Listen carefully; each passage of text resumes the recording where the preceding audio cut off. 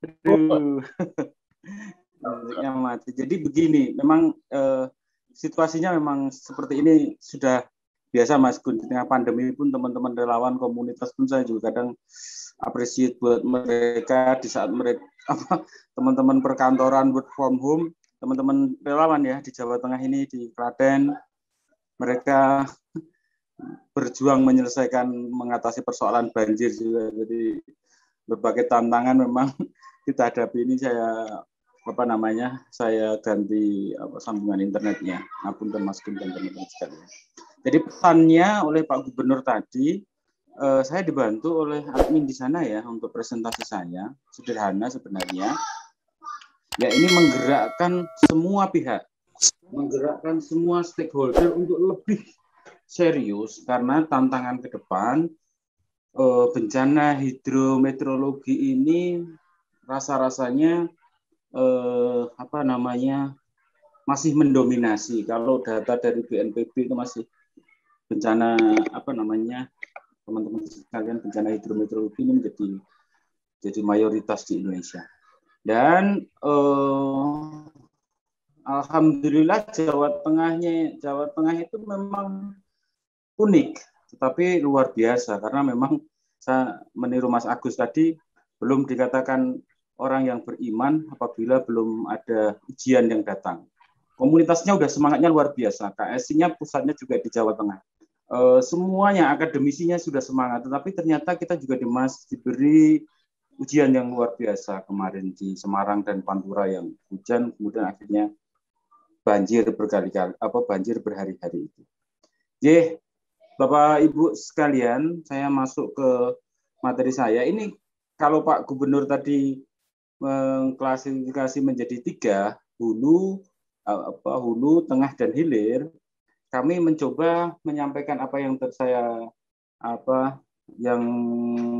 rekap, saya tukang rekap aja meskipun dari gerakan yang ada di Klaten, bahwa kalau yang belum bergerak sama sekali atau susah menggerakkan, kita di Klaten itu pengalamannya masuk lewat kebencanaan. Sama dengan yang di Kudus tadi, sama dengan di daerah-daerah lain, bahwa hampir merata kabupaten di Jawa Tengah itu sering mengalami banjir. Dan banjir ini menjadi perhatian banyak pihak. Di antaranya adalah relawan, SKPD terkait, dan semua pihak lah banjir ini. Kita mencoba masuk dari sana dulu lah. Kalau memang itu belum bisa jalan.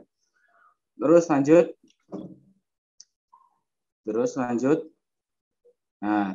Mas yang pertama. Terus ketiga.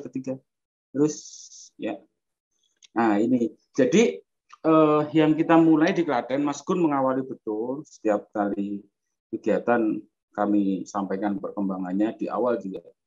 Kami undangi bahwa di Klaten itu kan terletak di antara 2 gunung, Pegunungan Utara dan Pegunungan Selatan. Utara itu di Gunung Merapi, selatan di Gunungan Sewu, Gunung Kidul, Sleman dan Gunung Kidul. Dan itu pasti tiap tahun banjir. Kenapa? Terus lanjut. Nah, ini kondisi kita, 26 kecamatan, Mas, yang rawan banjir ini. Di tempat kita ya seperti inilah kondisinya. Hulu aja sudah banjir, apalagi yang di tengah. Terus lanjut. Nah ini kondisinya. Infrastruktur, kesadaran masyarakat, sampah dan segala macamnya. Dan alhamdulillah kalau di Jawa itu bencana tapi masih alhamdulillah. Kita punya modal, teman-teman sekalian. Klaten daerah rawan banjir dan rawan bencana, kecuali tsunami. Gunung berapi kita punya, gempa bumi kita di lempengan Oya, sesar Oya. Kemudian angin juga iya. Yang ini ikut menyadarkan bahwa kita tinggal di daerah bencana itu perlu kekompakan, perlu persatuan agar bisa mengatasi persoalan. Saya menggambarkan gempa bumi 2006 yang saya alami, saya dengan korban gempa di Jogja dan Klaten, dampaknya sangat luas, sangat luar biasa. Yang meninggal ribuan, kemudian rumah yang rusak tentunya lebih banyak, dan infrastruktur yang rusak juga lebih banyak. Tetapi alhamdulillah kita di Klaten dan Jogja bisa recovery 2 tahun. Bisa dibedakan dibandingkan dengan daerah lain yang terjadi gempa di Indonesia itu yang pengalamannya recovery lama. Buat rumah aja 4-5 tahun baru buat rumah jadi. Kalau kita 2 tahun bisa bikin rumah sudah jadi. Kenapa? Karena ada gotong royong. Posisi pemerintah di mana? Pemerintah memang membantu, tetapi hanya stimulan bantuan dari pemerintah. Rumah roboh 20, sedang 15, rusak dengan 10. Bandingkan dengan kebutuhan kita membangun rumah yang perlu puluhan bahkan ratusan juta rupiah. Artinya bahwa peran dari pemerintah itu ketika dalam keadaan bencana itu tidak bisa menanggung semua. Beda dengan di negara-negara maju seperti di Amerika, Jepang dan segala macamnya, duitnya banyak, masyarakatnya sedikit, bencananya tidak terlalu banyak. Tapi di Indonesia bencananya banyak, utangnya juga banyak, masyarakatnya juga banyak. Sehingga yang harus dibiayai sangat banyak sekali. Nah, di Klaten, recovery bisa 2 tahun, saya ceritakan, karena kita bergantian. Kita banyak dibantu oleh warga di utara, warga Merapi itu bawa sembako, bawa sayuran, bawa tenaga gitu, membantu warga yang kena gempa. Pun ketika Merapi erupsi, warga di bagian utara itu juga ke kami, ke bagian selatan. Sehingga kita bahasanya itu ya menampung pengungsi dengan kita openi dan segala macamnya itu. Oleh karena itu muncul kesadaran bersama bahwa ini harus bangkit bersama. Muncul relawan, muncul itu yang kemudian jumlahnya berkelompok, berorganisasi itu banyak sekali. Ada 60, 70, bahkan sekarang sudah ratusan organisasi relawan. Yang ketika dalam keadaan banjir, itu mereka ikut evakuasi, ikut ya aksi-aksi heroik seperti itu. Kemudian kita ajak untuk mengurangi resiko banjir ini melalui gerakan pengurangan resiko banjir berbasis masyarakat. Alhamdulillah mereka tergerak. Banjir di tempat kita salah satunya penyebabnya adalah sampah, maka kita ajak mereka untuk bersih-bersih. Gotong royong kekuatan kita. Gotong royong itu bukan mengajak masyarakat, menyuruh masyarakat untuk bersih-bersih, itu bukan. Tetapi gotong royong itu adalah tekad bersama, semua stakeholder itu terlibat. Karena apa? Kalau tidak dari bencana, saya sendiri agak susah masuknya, Pak Gun, karena dan teman-teman sekalian. Karena nanti kalau masuk ke pemerintah, bicaranya kewenangan. Mesti bicaranya kewenangan. Sungai itu kewenangan siapa? Dan segala macamnya. Padahal yang terdampak itu pasti adalah masyarakatnya ketika banjir, pasti petaninya. Tetapi di tempat kami, ya udahlah, ayo kita bergerak dulu, bersih-bersih sungai dulu. Ketika ada bencana, ya kita tanggul itu, dan ini menjadi sebuah pola. Kemudian bagaimana respon masyarakat, respon relawan itu sangat cepat. Kemudian kita organisir untuk berorganisasi, untuk bentuk komunitas, untuk bergerak mengurangi risiko bencana banjir ini. Dan alhamdulillah mereka mau. Terus materinya Mas untuk materi saya lanjut. Ini tujuan gerakan nanti bisa dikopi lewat panitia. Terus karena waktu saya semakin sedikit tadi sempat mati. Nah, ini semuanya stakeholder kita kumpulkan, kita ajak, dan akhirnya kemudian setelah kita bersih-bersih semacam itu, awalnya nggak ada anggaran karena saya sampaikan tadi bahwa kapital sosial, kepedulian masyarakat itu sangat tinggi.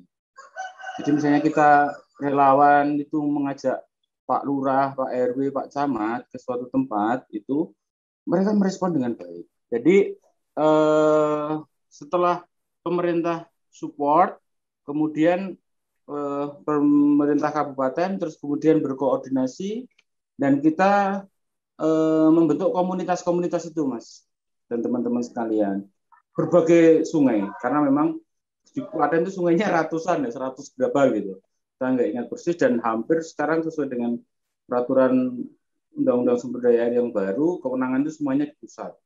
Dan itu nggak akan mungkin dikerjakan oleh pusat semua, karena memang permasalahan itu kompleks. Satu itu, Mas.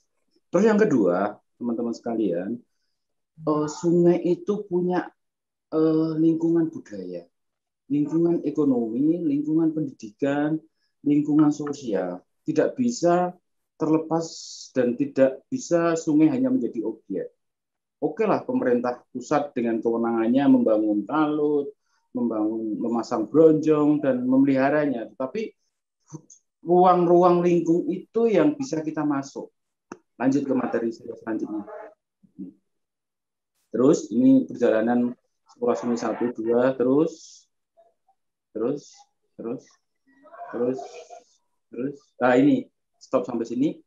Nah ini. Jadi yang kedua, setelah semuanya oke, bersih-bersih dan segala macamnya, kemudian kita dorong untuk membentuk komunitas. Ya, membentuk komunitas. Terus kemudian kita mulai lakukan kegiatan ekonomi kreatif, karena rumusnya gerakan pengurangan resiko bencana banjir itu akan berkelanjutan, tidak hanya semacam seremonial terus kemudian hanya sesaat, manakala ada peningkatan kualitas hidup. Peningkatan kualitas hidup itu kuncinya, agar kegiatan kita sustainable. Nah, ini kita gadokkan dengan bantuan, kita jodohkan dengan bantuan akademisi,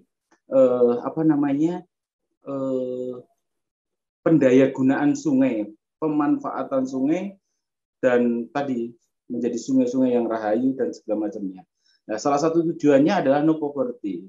Di ini yang tubing di Pusur ini, teman-teman sekalian, sampai saat ini teman-teman ini selalu berjuang membersihkan sungai dan kemudian memanfaatkannya untuk kegiatan ekonomi kreatif. Di Pusur itu ada 10 sampai 12 komunitas tubing yang ada itu miliknya BUMDes, ada yang miliknya profesional yayasan, komunitas itu, ada yang kemudian miliknya pribadi investor. Di sana alhamdulillah sungainya masih terjaga.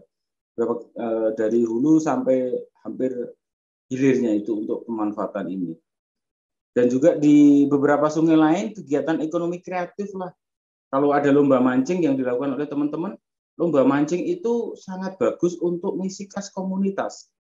Karena komunitas tidak mungkin, bahasa Jawa ini jaga ya, mengandalkan kegiatan bantuan dari pemerintah, tidak mungkin. Kita harus kreatif, kita harus ada lomba-lomba semacam itu, dan itu bisa menggerakkan masyarakat. Kegiatan ekonomi itu bisa menggerakkan. Ketika ada kegiatan ekonomi, maka masyarakatnya akan mulai sadar. Di Ruas ini dulu tempat pembuangan sampah, tapi kemudian ada kegiatan ekonomi, masyarakat kemudian menjadi sadar. Lanjut di nomor kedua, pengelolaan aset sungai untuk pertanian. Ini tagline kami, sebentar Mas, yang nomor 2 tadi. Klaten itu kan basisnya pertanian, Mas, dan teman-teman sekalian. Yang kedua tadi, kaliku resik panenku apik. Ini menjadi sebuah tagline bagaimana komunitas itu bisa bekerja sama dengan P3A, bekerja sama dengan petani-petani. Ketika kita bersih sungai, kita yang membuat undangan itu petani-petani, teman-teman sekalian. Diketahui oleh Pak Camat dan kemudian itu sudah bergerak, bersihkan ejeng gondok, bersihkan sampah, dan jalan itu. Alhamdulillah di beberapa kecamatan, semisal Jawa, Sembayat, Karangdowo, mereka itu mempunyai kepentingan terhadap sungainya, maka mereka mau terlibat langsung. Gitu. Kemudian untuk yang ketiga, good health, kesehatan. Kalau kali ini resik kan ya jelas lah, karena sungai itu untuk kebutuhan sumber daya untuk sumber daya air untuk minum di sekitar sungai. Saya pernah ini Mas Gun, ada pencemaran dan teman-teman sekalian, ada pencemaran di sungai, warga sumurnya sampai biasanya ngambil di sumur itu pencemaran limbah babi dan kotoran babi oleh oknum peternak. Nah, karena warga sudah terdampak, akhirnya mereka di media sosial, terus kemudian kita tangkap dengan sekolah sungai itu, dengan teman-teman komunitas, kita tangkap, kita ajak rapat dan segala macam, dan mereka mau ke depan dan mereka menutup bahkan itu, karena ternyata pengusaha-pengusaha itu biasanya Mas, pengusaha itu sangat mesra dengan golongan tertentu yang dekat dengan kekuasaan, dekat dengan partai politik, pengusaha-pengusaha itu selalu dekat dengan itu, dan kita biasanya agak beratnya di situ karena dekat dengan kekuasaan, dekat dengan partai politik, sehingga ketika kita beraksi itu yang musuhnya ya preman-preman, gali-gali semacam itu, sampai pabrik yang membuang limbah apa ya untuk perhiasan itu pun kita tutup, itu musuhnya juga semacam itu. Tapi karena warga sudah semangat, tidak ingin tercemar, akhirnya bisa. Terus kemudian ini lanjut ke pengelolaan aset sungai untuk kesetaraan pendidikan. Di apa itu tadi, di nomor 4 itu tadi, tempat-tempat pembuangan sampah kita ubah menjadi pojok baca. Pojok baca. Jadi perpustakaan, mereka bisa belajar di situ dan mereka kembali ke alam. Itu yang lebih menarik. Di beberapa taman yang kita buat memang ada pojok bacanya. Kemarin terakhir di Sungai Meger itu, di Ceper itu, mahasiswa yang KKN dengan konsep Merdeka Belajar itu mandiri gitu, kerjasama dengan komunitas kali banjiran namanya di Meger Ceper itu, resik-resik tempat pembuangan sampah yang di pinggir sungai itu, terus kemudian menjadi tempat pojok baca, kemudian akhirnya anak-anak pada ke situ, nongkrong di situ, dan akhirnya menjadi ruang publik yang bisa bisa dimanfaatkan. Terus kemudian anak-anak di sekolah kami dan teman-teman sekalian ada program sekolah sungai itu Student Goes to River. Jadi oleh Pak Sekda, sekolah itu diarahkan untuk menggendong satu sungai, Mas Gun, dan teman-teman sekalian. Jadi ketika bersih-bersih SMP, SMK ya, yang gede-gede maksudnya ya, siswanya untuk bisa di sekelilingnya itu untuk terlibat. Dan akhirnya Student Goes to River ini jalan di beberapa sungai, di ujung tempatnya Pak Heru, di Karangnongko, di Jogonolan tempatnya Bu Endah, terus di tempat-tempat lain itu ketika masuk pertama di orientasi siswanya, kerjasama dengan komunitas, mereka selalu diterjunkan di sungai. Entah bersih sungai, yang ini anak-anak SD ini, entah nebar bibit ikan, dan segala macamnya. Ini cara untuk menyadarkan, karena tadi Pak Gubernur menyarankan untuk edukasi dari dini. Dan kemarin kita memperingati Hari Air itu pun juga di salah satu SMP favorit, bukan favorit ya, SMP biasa di Jogonalan, terus kita dampingi, SMP itu kerjasama dengan sekolah adiwiyata, LH kebetulan. Nah ini yang kemudian menjadi bagus karena di sana ada program Magot, pemanfaatan sampah untuk Magot itu, program untuk EcoPring dan segala macamnya, yang pokoknya program-program sekolah adiwiyata, dan kemudian dekat dengan sungai itu yang kita jodohkan gitu, Student Goes to River. Terus kemudian lanjut, nah ini gender, ini yang disukai oleh yang itu teman-teman sekalian dan Mas Gun. Ini ada Sri Kandi Sungai dan Macan Arli, Mama Cantik arisan pinggir kali. Jadi kalau di Karangnongko itu ada ibu-ibu arisan itu di pinggir sungai. Sebelum arisan mereka bersih-bersih, terus kemudian mereka banyak kegiatan-kegiatan pelatihan di sungai. Jadi kami sudah ada Sri Kandi Sungai Klaten, kemudian ada Macan Arli, dan kami selalu mengajak ibu-ibu karena ibu-ibu ini yang ngurusin dapur umum. Jadi kalau kami ada kegiatan gitu, kami bersurat ke BPBD, minta dukungan logistik kemudian dibantukan ke komunitas, kepala desa, kemudian kepala desa menunjuk ibu-ibu KKI masak bareng. Karena kegiatan ini nggak ada anggarannya ya bareng-bareng kan gitu. Alhamdulillah kalau nunggu dengan RT RW, oke, dapur umumnya di sini. Dan alhamdulillah ibu-ibu ini sangat luar biasa di kegiatan ekonomi kreatifnya. Kerjasama dengan bank sampahnya, mengelola minyak jelantah yang biasanya dibuang di saluran irigasi, dibuang di selokan-selokan, itu menjadi lilin, menjadi segala macamnya. Jalan ini kerjasama dengan bank sampahnya ini. Mas Arief sudah 25 menit, Mas. Terakhir, Mas Gun, ini langsung sekilas saja. Solusinya untuk Jawa Tengah begini, Mas Gun. Pentahelix ini kan bukan mengambil peran bidang atau pihak lain, karena pemerintah, swasta, masyarakat, komunitas punya peran masing-masing yang luar biasa. Tinggal nanti dirijinya siapa. Kalau pemerintah, oke. Kalau akademisi, oke. Kadang-kadang kita harus sering berkomunikasi, sering berwebinar, Mas Gun, konkretnya untuk menggali. Misalnya saya punya PR Bengawan Solo. Nanti kita akan kumpulkan Bengawan Solo sudah membuat Jokalibe, Mas Gun. Kita siap untuk susur sungai, kita siap untuk mengidentifikasi masalah-masalah limbah, walaupun musuhnya yang seperti dengan tulis tadi di Facebook, gajah-gajah yang kita sendiri kadang kekuatan kalau nggak bersatu kurang. Terus kemudian di beberapa daerah lain, kita gandeng akademisi, perguruan tinggi untuk sekolah lapang. Kuncinya adalah best practice to theory, best teori, dan best teori to best practice. Menjadi sebuah contoh baik. Saya pikir itu Bapak, Ibu sekalian, moderator Mas Gun, mohon maaf, saya sangat terkendala dengan jaringan, tapi semangat saya insya Allah akan terus untuk bersama-sama saya belajar di sini. Assalamualaikum warahmatullahi wabarakatuh.